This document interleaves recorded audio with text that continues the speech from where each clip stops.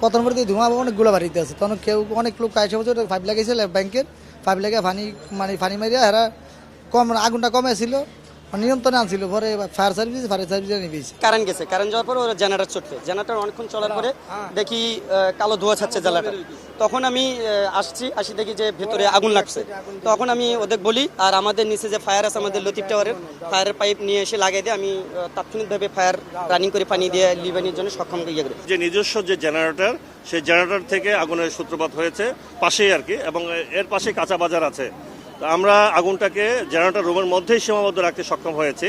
তবে একটা বিষয় ছিল যে এখানে ডিজেল ছিল কিছু ক্যানে, সে ক্যানে আমরা আগুনটা যেতে দেই নাই, এবং তেলগুলো আমরা দ্রুত বের করে ফেলেছি, যার কারণে ভয়াবহতা সৃষ্টি হয়নি। এবং কাঁচা বাজার দেখেছেন, এখানকার লোকজনও আমাদেরকে সহযোগিতা করেছে, যার কারণে আমরা সবাই মিলে খুব অল্প সময়ের মধ্যে আগুনকে আয়ত্তে এনে নির্বাপন করতে সক্ষম হয়েছি।